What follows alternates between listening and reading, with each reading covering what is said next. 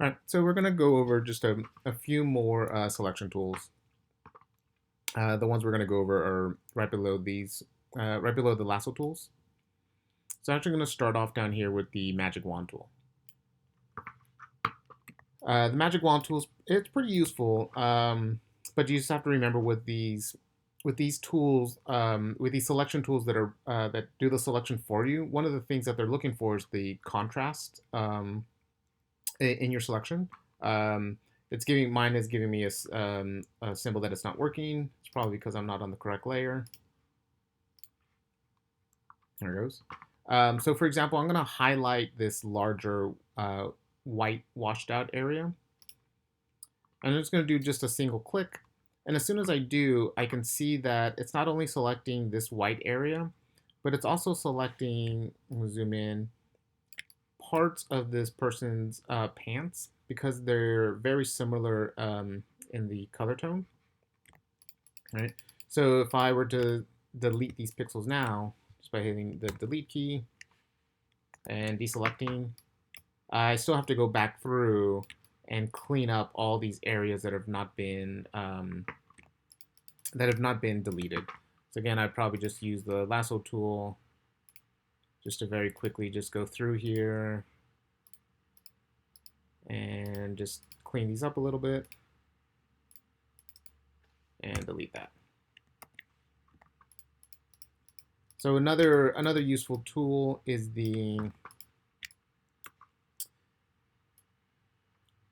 quick selection tool. And I'm going to use this down here where there's a lot of shadows. One thing just to very quickly talk about, again, by default, the plus sign is on over here. You can also have it to deselect, or you can also hold down the option key to deselect like the shortcut.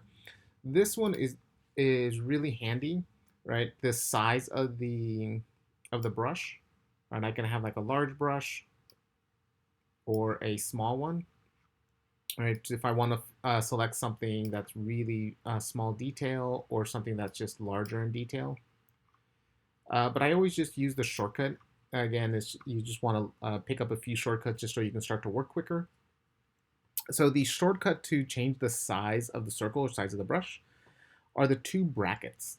And the two brackets are located to the right of the P on your keyboard. All right, so like right now, I'm just clicking on the two brackets. Again, they're just to the right of the P. One bracket makes it larger, one bracket makes it smaller. All right, so I'm just going to get a medium-sized circle, and I'm going to click somewhere on the shadow. And it does a pretty good job of selecting all of the shadow. But I can see right here, it's also selecting part of his pants. So there's a little bit of white here that it's confusing with the white over here. And if I do another click, again, I'm making sure that the plus sign is on over here. Another click on the shadow. Again, it's doing a pretty decent job, and I'll do one more just to finish this off. And again, if I were to delete these now, it's okay, but I just want to make sure I have a really good selection. And I don't want to delete more than I have to, right? And it'll be deleting too much over here. So while this is still selected, I'm going to go back here to my Polygon Lasso tool. I'm going to hold down the Option key or the Alt key. If you're on a PC, hold down the Alt. On a Mac, hold down the Option. And I'm going to make a selection, deselecting this part right here. Because I don't want to delete more than I have to. The whole point of making these selections is to make the best selections possible. And now I can delete these, deselect those. And I've now cleared up that area. Again, just very quickly, just to do a little bit more on the quick selection tool. I'm gonna make my brush, my circle a little bit smaller. Click inside here, and again, I can see that it's selecting in there fairly well. Once I come down here,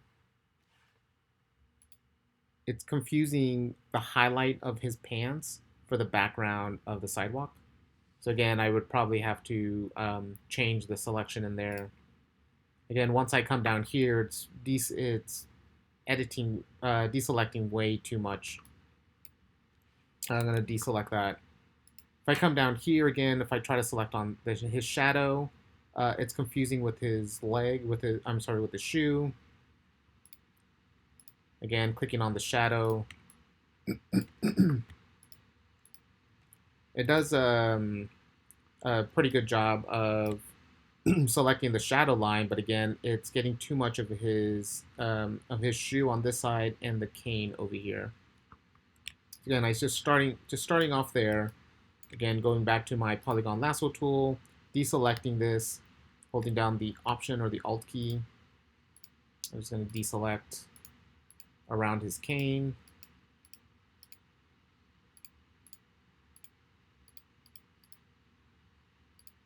And scroll over here and do the same thing around his shoe.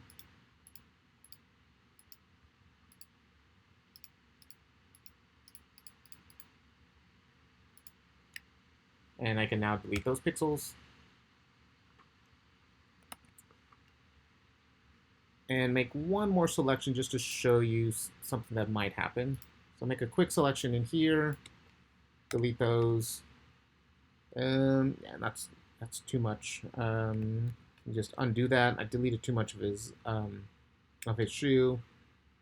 So again, using the Polygon Lasso tool. So as you can see, you jump around between the different selection tools quite a bit. There you go, it's a little bit better of a selection. But I can also see there's some leftover pixels, some of these like leftover artifacts that I still have to go back and clean up. So again, because I'm on the lasso tool, I'm just going to make a quick selection around here and just delete that line of pixels. So when you're using all these tools, the one thing you want to pay attention to is that you have a very clean, nice selection that doesn't have all these leftover pixels and artifacts. So if you use a combination of these tools, you can essentially start to clean up the image. The last tool is this object selection tool. And again, what it's recognizing is the contrast. So I'm going to zoom in over here on his jacket and just make a rectangle around here.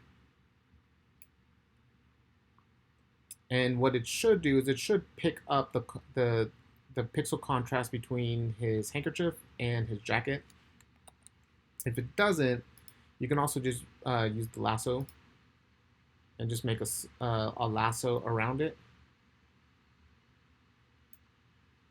And it should, again, pick up the contrast between the two. So if you, again, used a combination of all these selection tools, you should get to the point where you're able to essentially delete all the background and just have just your person left over.